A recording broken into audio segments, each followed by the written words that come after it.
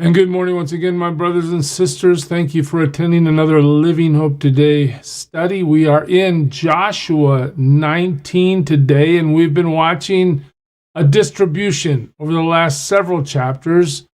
The promised land is being divided up between the tribes, clan by clan. God is very, very specific. And yesterday, I have to admit something. I got a little frustrated trying to read all those names.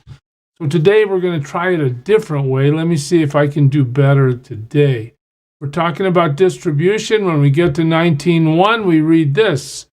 The second lot, remember Joshua and Eleazar, they're casting lots to understand who should get what as the Lord directs them at the tent of meeting.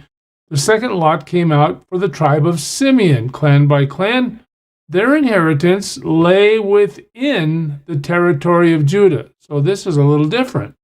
Okay, so this is the part I'm not going to read. If you need to know all these names, just know that there were 13 towns and villages and 4 towns and villages, and you can go on ahead and try to pronounce all that, but that was where Simeon ended up.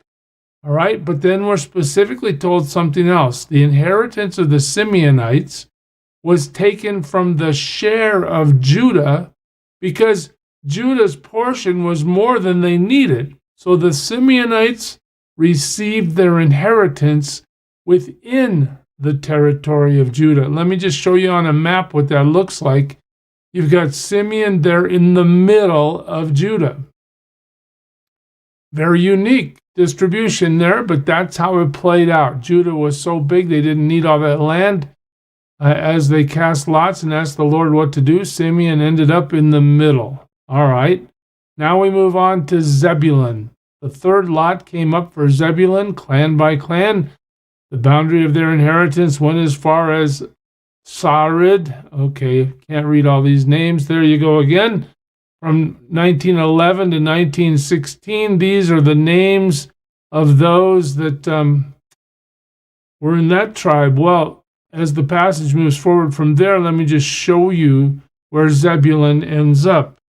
There it is on the map, sort of north and a little bit west of Jerusalem, almost directly west. In fact, it is directly west of the Sea of Galilee. That little sea to the right of Zebulun is the Sea of Galilee. So we're quite a bit north.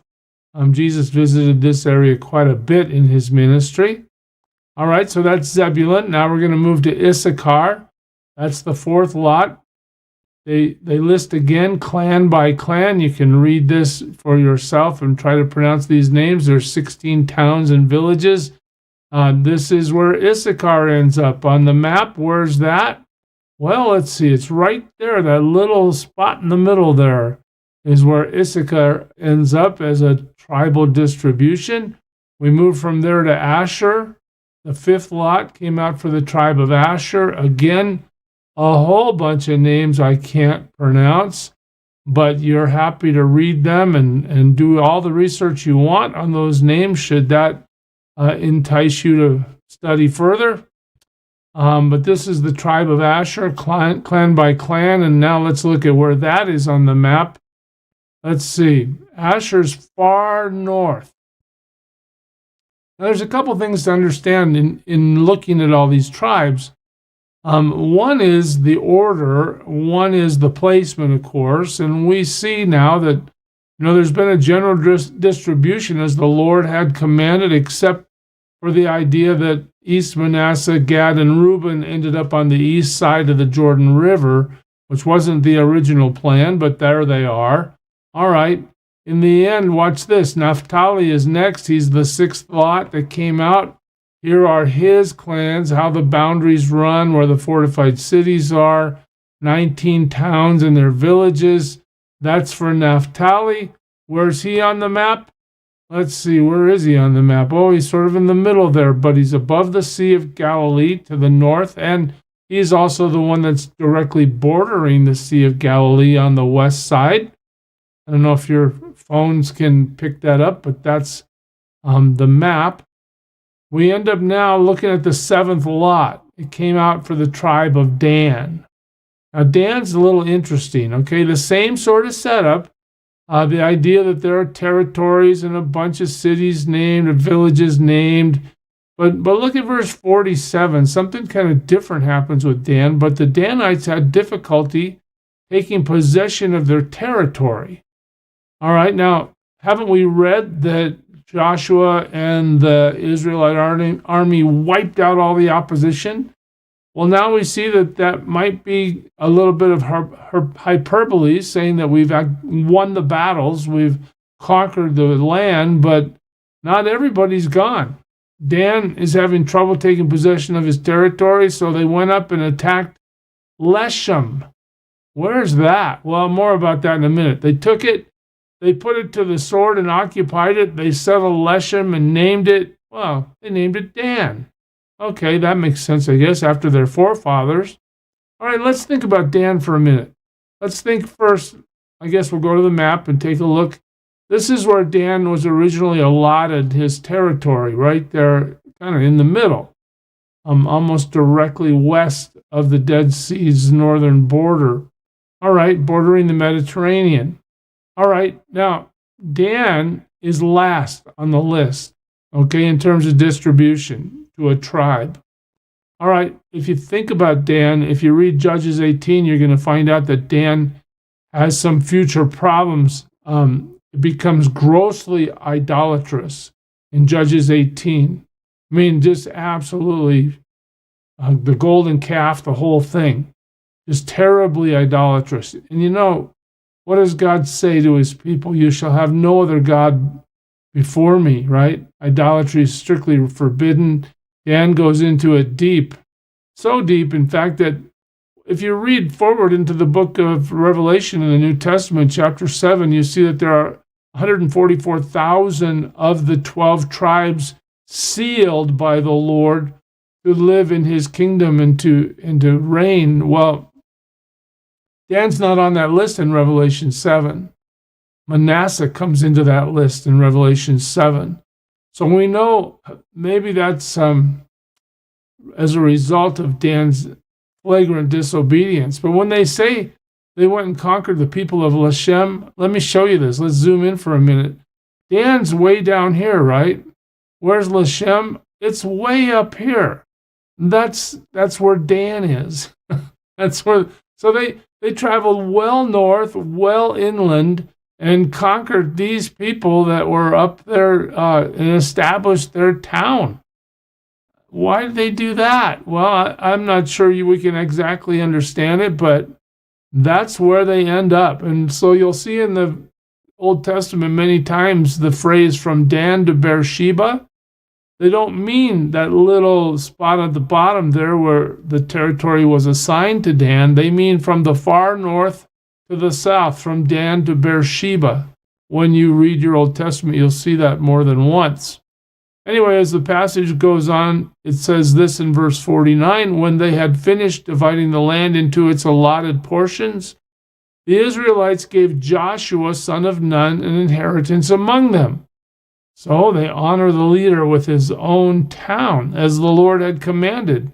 Oh, good, the Lord wants him to have this. They gave him the town he asked for, Timnath-Serah, in the hill country of Ephraim, and he built the town and settled there. So where's that? Timnath is here. We kind of zoomed in on the whole area. There's Ephraim, and in the middle of Ephraim is that little town. It's not very easy to see, I apologize, but that's where Joshua ends up. Shiloh, you might be able to see, is just a little bit to the east of Timnath, a little bit to the north. That's where this whole distribution section has been occurring as they cast lots and ask the Lord how to distribute the land. So there it is. Joshua is taken care of. The chapter ends like this. These are the territories that Eleazar the priest, Joshua son of Nun, and the heads of the tribal clans of Israel assigned by lot at Shiloh in the presence of the Lord at the entrance to the tent of meeting. And so they finished dividing the land. All right, so that's the end of it. They've been doing this since chapter 13. The land is now accounted for. and the tribes are now established with boundaries so that we can follow what happens from here. We might not understand the significance of all this. For instance, Jesus comes from the tribe of Judah. The Apostle Paul will come from the tribe of Benjamin. We'll see many different references to these tribes as we move forward in the Old Testament and in the New, for that matter. But in the end, God wants to make sure we understand exactly where they are and exactly the fact that he has fulfilled his promise. As he told Abraham, these lands will be yours. This is the promised land. Your descendants are going to occupy this land. By the time you get to the end of Joshua 19, we see that has happened exactly as God decreed it would. That's it, church. We'll pick it up there next time. God bless you. Serve him well today. Who is it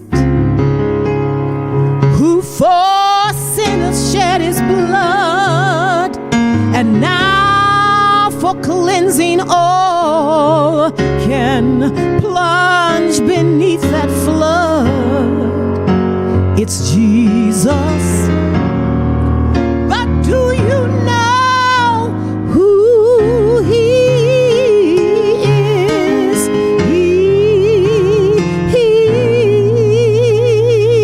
He's the image of the invisible God, and he's the brightness of his glory, the first, the last, the future, the past. He is God.